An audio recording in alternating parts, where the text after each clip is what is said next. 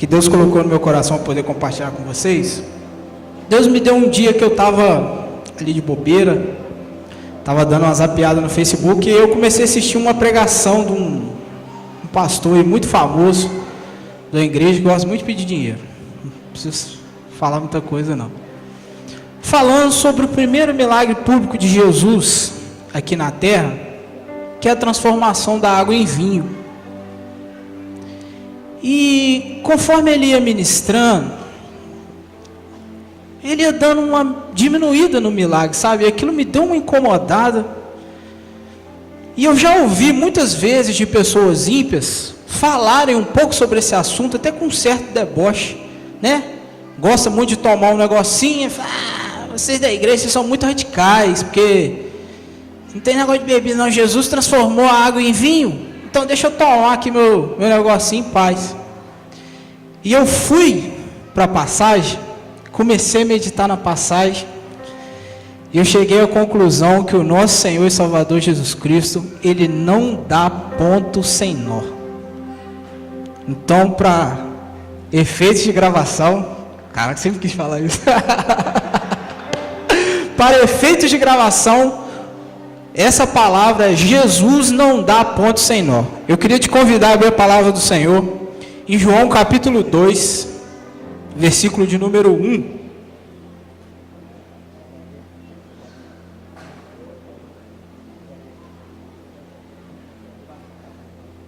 Evangelho de João, capítulo 2, versículo de número 1. Quem for achando vai dando um glória a Deus aí, dando um aleluia. Se prepara, porque Deus vai começar a mudar, já está mudando algumas coisas dentro de você, desde o dia 31 de dezembro. E eu fiquei discernindo, cara, a palavra de cada um dos ministrantes, a palavra do apóstolo dia 31, a palavra da Ana, do pastor Marcelo, da pastora Alessandra, do pastor Felipe, da mestra Elisa. E eu consegui discernir da parte do Senhor que o Senhor está nos preparando para um novo tempo. E o apóstolo veio justamente para confirmar isso que estava no meu coração, que Deus está nos chamando a algo novo, e essa palavra, ela nos prepara para isso. Amém? Todo mundo achou? Quem não achou, dá uma misericórdia aí. Opa! Assim diz a palavra do Senhor: 3 dias depois, houve um casamento em Caná da Galileia, achando-se ali a mãe de Jesus. Jesus também foi convidado com os seus discípulos para o casamento. Tendo acabado o vinho, a mãe de Jesus lhe disse: eles não têm mais vinho. Mas Jesus lhe disse: mulher, que tenho eu contigo? Ainda não é chegada a minha hora. Então ela falou aos serventes: fazei tudo o que ele vos disser. Estavam ali 6 talhas de pedra, que os judeus usavam para as purificações, e cada uma levava 2 ou 3 metretas. Jesus lhe disse: enchei de água as talhas. E eles a encheram totalmente. Então lhes determinou: tirai agora e levai ao mestre-sala. E eles os fizeram. Tendo o mestre-sala provado a água transformada em vinho, não sabendo de onde viera, se bem que sabiam os serviços que haviam tirado a água, chamou o noivo. E ele lhe disse: todos costumam por primeiro servir o vinho bom, e quando já beberam fartamente, servem o inferior. Tu, porém, guardastes o melhor vinho até agora. Com este, deu Jesus princípio aos seus sinais em Caná da Galileia, manifestou a sua glória, e os seus discípulos creram nele. Encoste sua Bíblia no banco, curva essa cabeça, vamos orar. Deus, em nome de Jesus, eu creio que a tua presença ela é real no nosso meio, Deus. E é o Senhor que conduz todas as coisas, é o Senhor que opera em nós tanto querer quanto efetuar. É a unção do Senhor que nos ensina todas as coisas, Deus. Por isso eu quero sair de cena agora em nome de Jesus, Deus. E quero dizer que o Espírito Santo de Deus é o protagonista dessa noite. A Ele a honra, a Ele a glória, a Ele o louvor, a Ele a adoração.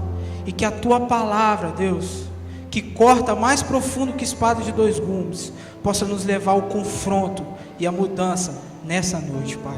Espírito Santo, abra o nosso entendimento para a revelação da palavra que será ministrada, e que essa palavra possa frutificar a 30, a 60 e a 100 por um, por louvor da tua glória. É o que oramos agradecidos no precioso nome de Jesus. Amém. Amém? E o que eu achei legal é que cada versículo aqui guarda um tesouro, cara, que eu tive até que anotar. Primeira coisa que nós vemos aqui, Jesus, ele está num evento social, amém?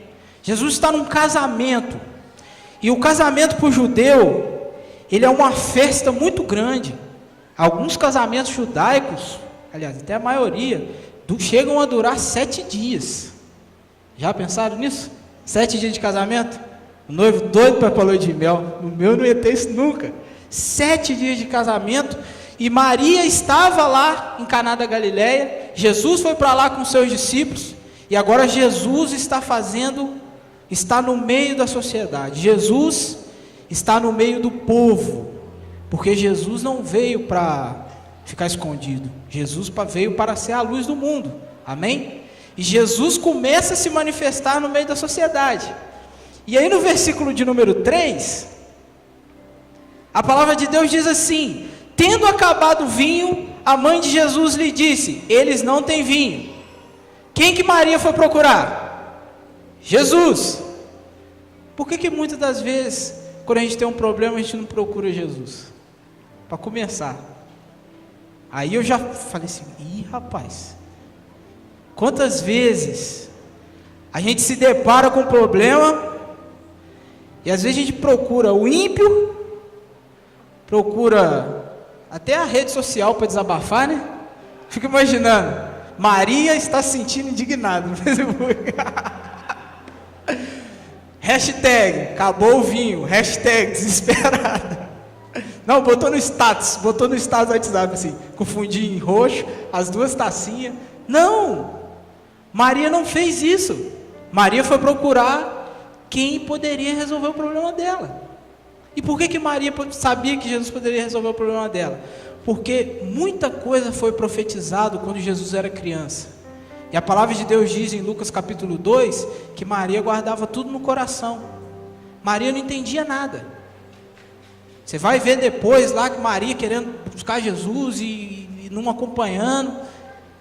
Mas ela recebeu a promessa que Jesus era o rei. Imagina se alguém aparece para você um anjo e fala assim: no seu ventre vai o Filho de Deus. Já. Depois os pastores, depois os 3 reis, depois Simeão no templo, depois a profetisa Ana. Caraca, Maria.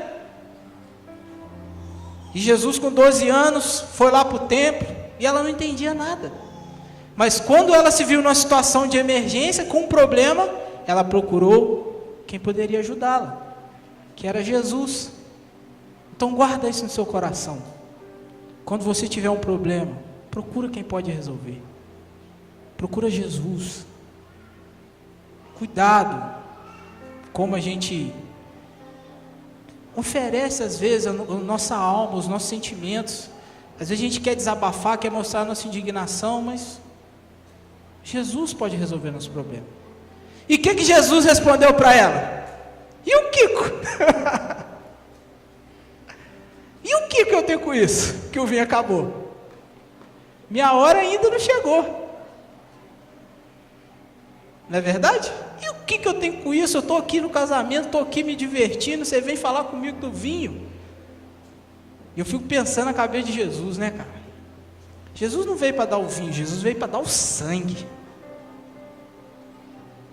E vira para ela e fala assim: a minha hora ainda não chegou. Segura sua onda aí. E o que Maria fez? Botou a viola no saco, saiu andando. Mas é interessante que aqui no versículo 5, ela vira para os serventes e fala assim: fazei tudo o que ele disser.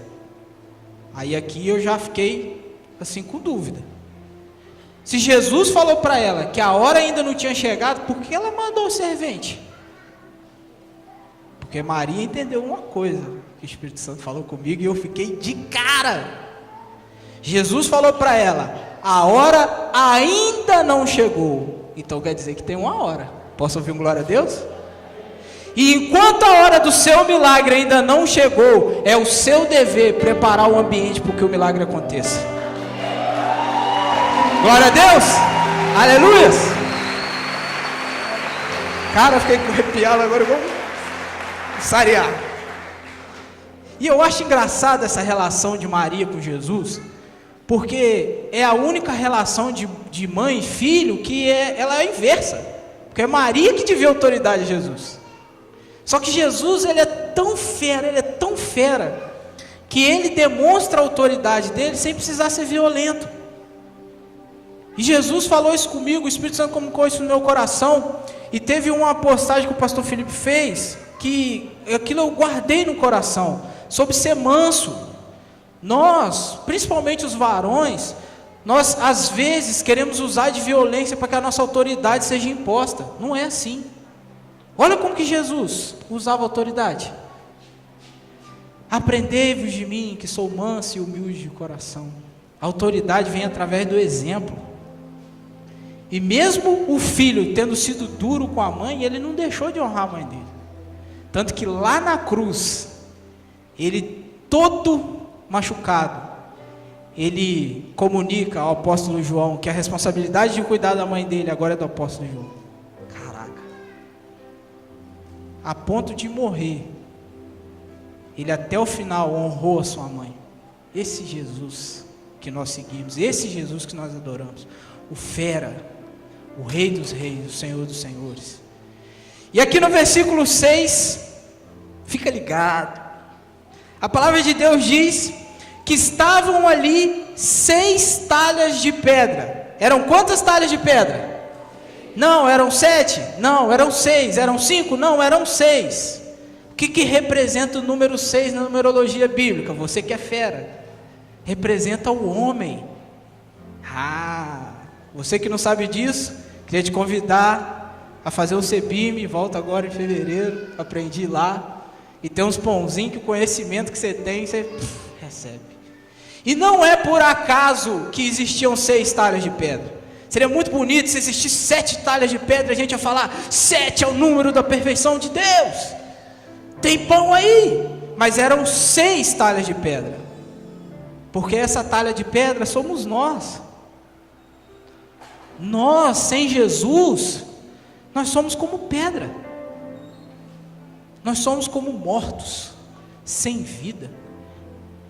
Como a palavra de Deus diz em Efésios capítulo 2, versículo 1.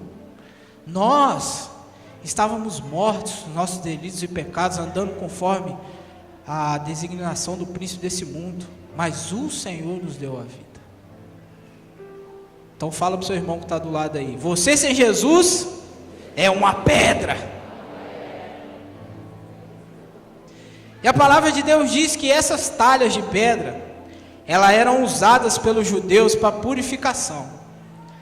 Então, os judeus, todas as vezes que eles iam sentar à mesa para comer, eles iam a essas talhas de pedra e lavavam as mãos.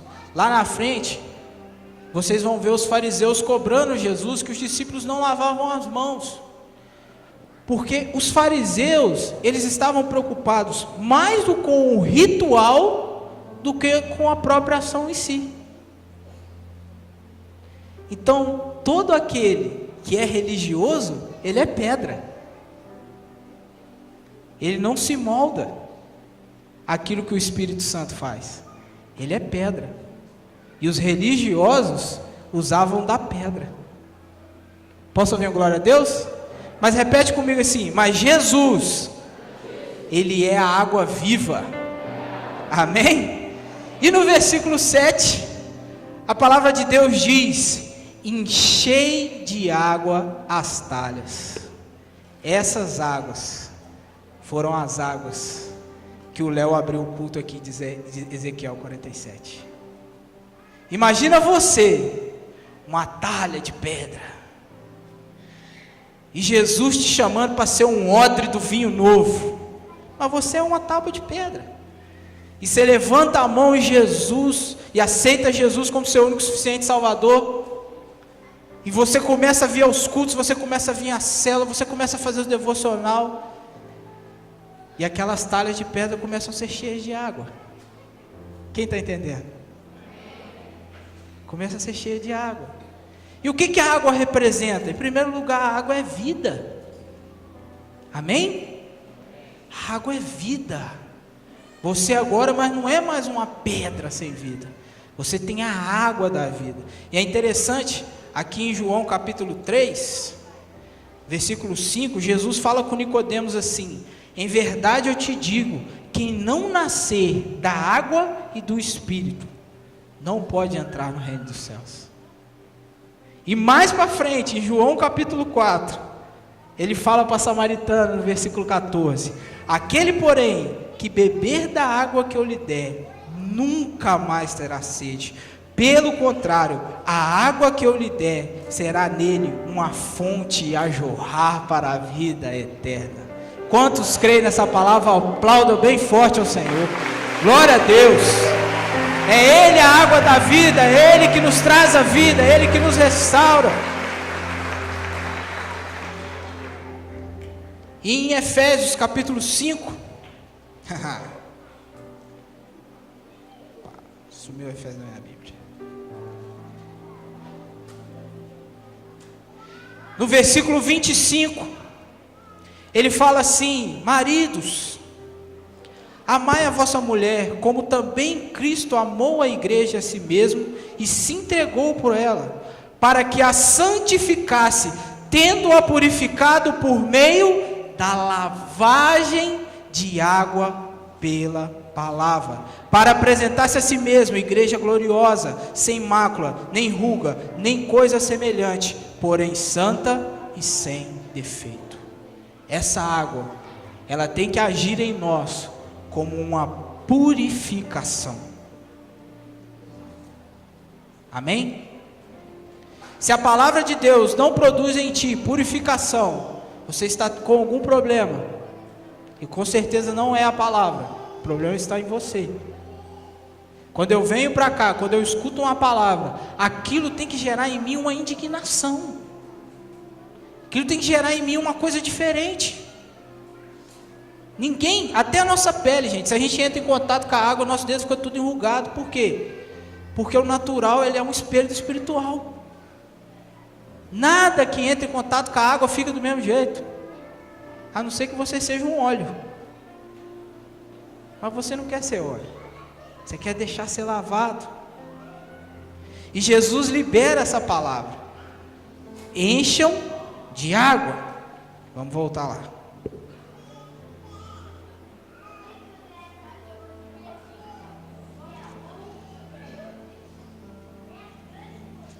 E no versículo 8, ele diz: então lhes determinou, tirai agora e levai ao mestre Sala. E eles fizeram. E aqui eu quero fazer um adendo. Jesus deu uma palavra para eles: encham de água. Eram 6 talhas, a palavra de Deus diz que eram de 2 a 3 metretas. Cada metreta são cerca de 20 litros. Então tinha em torno aí de 50 a 60 litros cada talha de pedra. Dá mais de 500 litros de água. E Jesus fala para eles assim: leva lá para eles. Aí o Espírito Santo me fez lembrar da palavra que foi ministrada aqui sobre Josafá. O milagre do Senhor aconteceu no movimento e na obediência. Imagina que os serventes falam assim: eu não vou levar 500 litros de água para lá, não vou levar nada. Mas pela palavra do Senhor, o milagre aconteceu no movimento. A palavra de Deus diz que eles estavam aqui e aqui era água, mas quando eles chegaram no mestre Sala já era vinho. O que eu trago isso para a minha vida? Não pare, não pare. Está difícil, continua, porque o milagre está no movimento. Quando eles começaram a andar, provavelmente a água não mudou de cor, mas quando chegou lá no final ela já era vinho. Então o Senhor está te chamando a não parar, a não desanimar, a não ter mais o ânimo dobre, mas sim ter uma longanimidade. Amém? Essa é a água. Esse é o papel da água. Mas vira para o seu irmão que está do lado e fala assim: Jesus não deu só a água, Jesus deu o vinho. Aleluias. E o que representa o vinho na palavra de Deus? Primeira coisa, o vinho representa na palavra de Deus a alegria. E eu queria falar uma coisa do fundo do meu coração. Cara, a palavra evangelho, ela significa boas novas. Nós somos o povo mais feliz da terra, cara.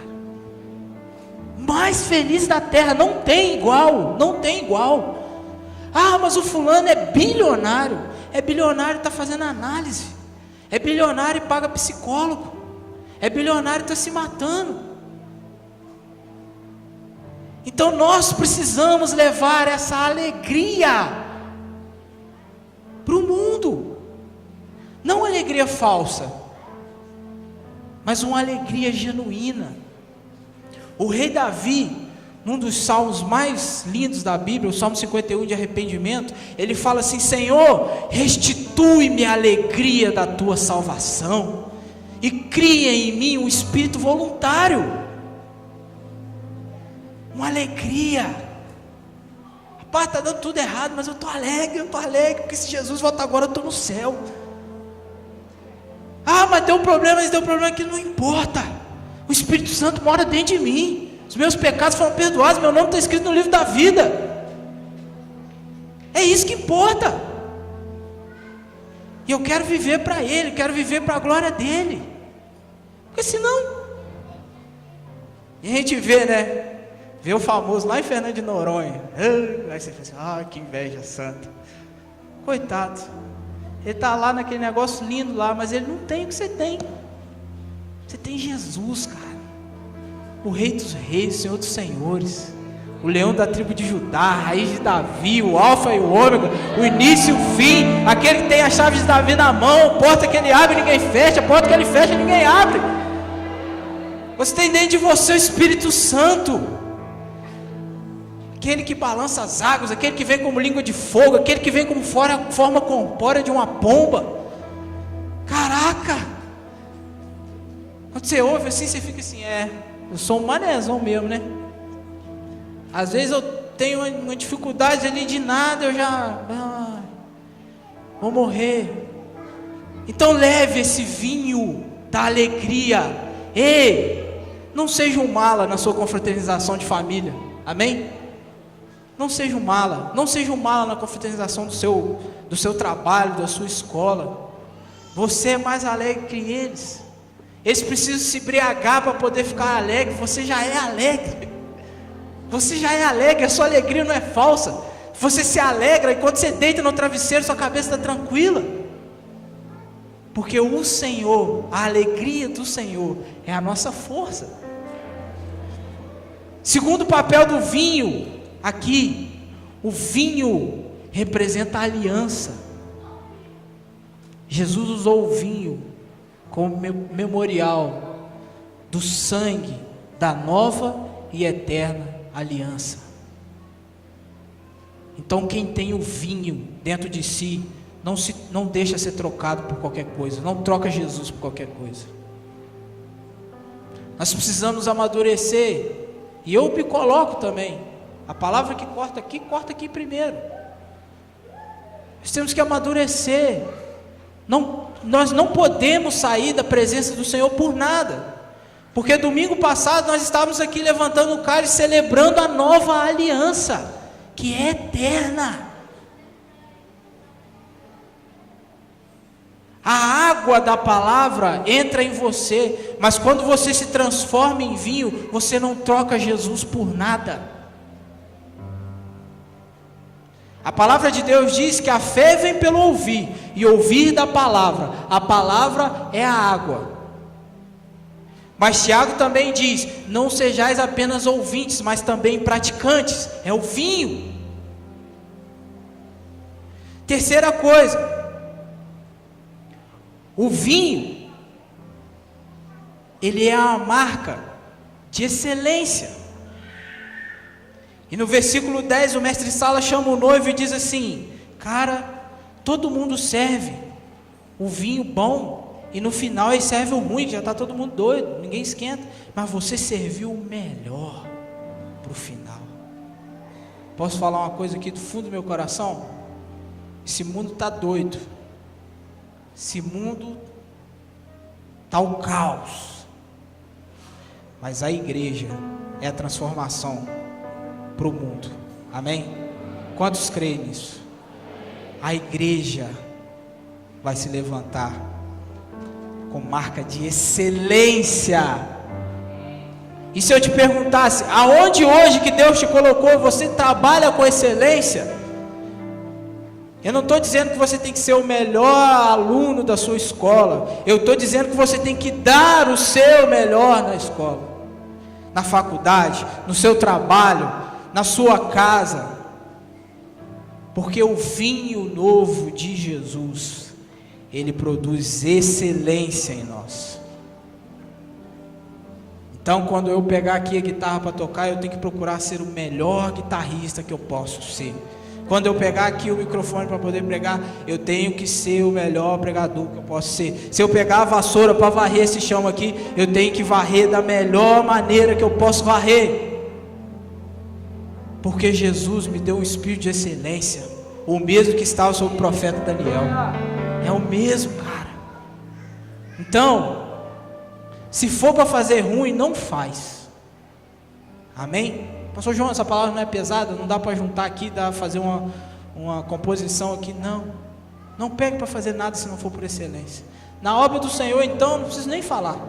A própria palavra de Deus diz em Jeremias capítulo 28, maldito aquele que faz a obra do Senhor relaxadamente. Aí nem, não traga maldição para a sua vida, traga a bênção da excelência. E quando eu falo excelência, é em todas as áreas. Eu vou contar um testemunho aqui bem rapidinho, sobre como a água da palavra, quando ela é transformada em vinho dentro de nós, ela tem uma capacidade de mudar a circunstância.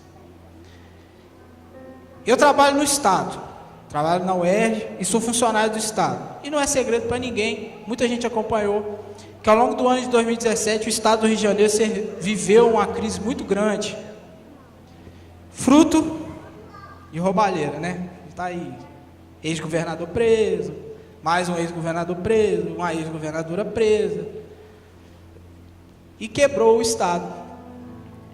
E nós chegamos a ficar, ao longo do ano de 2017, 4 meses sem salário. Agora você que tem seu salarinho aí, pensa como seria a sua vida se você ficasse 4 meses sem receber um tostão. Pensou? Então, eu fiquei nessa situação. E foi um tempo muito difícil, cara, da parte do Senhor. E tinha vezes que, cara, eu não sabia o que fazer. Teve um dia que a minha luz foi cortada, lá de casa. Estava lá dormindo, do nada, acordei num calor. Falei, isso acabou a luz. Acabou a luz não, a luz de cima estava acesa. Ih, caramba, não esperaram inteirar 3 contas para cortar não, inteirou 2, já cortou. E eu sentei a cabeça, deitei a cabeça assim na mesa, chorava. Nunca tinha passado por aquilo. Trabalhava desde os 16 anos, nunca tinha sido mandado embora. Com 20 anos já tinha passado não sei quantos concursos e nunca tinha passado por isso. E eu falava, Senhor. E a minha esposa perguntava, João, e agora? E eu ia para a palavra, cara. Eu ia para a palavra, eu fico até um pouco emocionado de falar, mas não quero chorar não. Eu ia para o Salmo 37, cara, versículo 25, e falava assim, sou novo e agora sou velho, e nunca viu o justo mendigar o pão, nem a sua descendência. Aí eu ia para o Salmo 122, eleva os meus olhos para o monte, de onde virá o meu socorro vem do Senhor que fez o céu e a terra. Eu ia para o monte, eu chorava no monte, chorava, quem ia no monte comigo saía, Senhor, muda essa história. E tinha dias, a situação ficou tão difícil, que eles mandaram a gente parar de trabalhar, porque não tinha dinheiro para pagar o vale de transporte. Só fica em casa. E a pior coisa que tem é você ficar em casa. Você acordava, você queria ficar deitado, queria ficar no sofá. E aí eu ia para a palavra. Fazei prova de mim, diz o Senhor, senão abrirei as portas dos céus e derramarei sobre vós bênçãos sem medidas. E por 2 vezes, quando eu ia aqui dizimar, eu chegava para dizimar. Uma vez aconteceu isso, eu cheguei para dizimar aqui, quando eu estava aqui, tinha um irmão com envelope na mão falando assim: o Senhor pediu para eu entregar uma oferta na sua vida. Da outra vez eu dizimei, dizimei aqui, acabou o culto, liguei o celular, aí veio a internet, uma mensagem: ó, tem R$300 aqui separado para você poder te ajudar. Aquela água da palavra foi virando vinho dentro de mim, e me fortalecia, e eu chegava aqui, estou contando isso aqui, gente, porque agora já passou, sexta-feira acertaram tudo, pode aplaudir o Senhor? E Deus usou a vida da Tati. Cadê a Tati? Cadê a Tati? Deus usou a vida da Tati. Falou para mim assim: pastor João, porque tadinha, tem que dar honra que tem honra também, né? No aniversário da Sueli, eu não tinha nenhum tostão, mas eu queria fazer alguma coisa. Eu falei: ô Tati, você não faz um bolo para a Sueli? Não, quando eu receber eu te dou. O não eu já tenho. Ela: tá bom, pastor, faço sim, mas você não precisa pagar minha mão de obra não, paga só os mantimentos. Eu falei: tá bom, Tati, glória a Deus, Deus abençoe sua vida. Passou um tempo, ela virou para mim e falou assim: pastor, eu tenho uma palavra do Senhor para sua vida.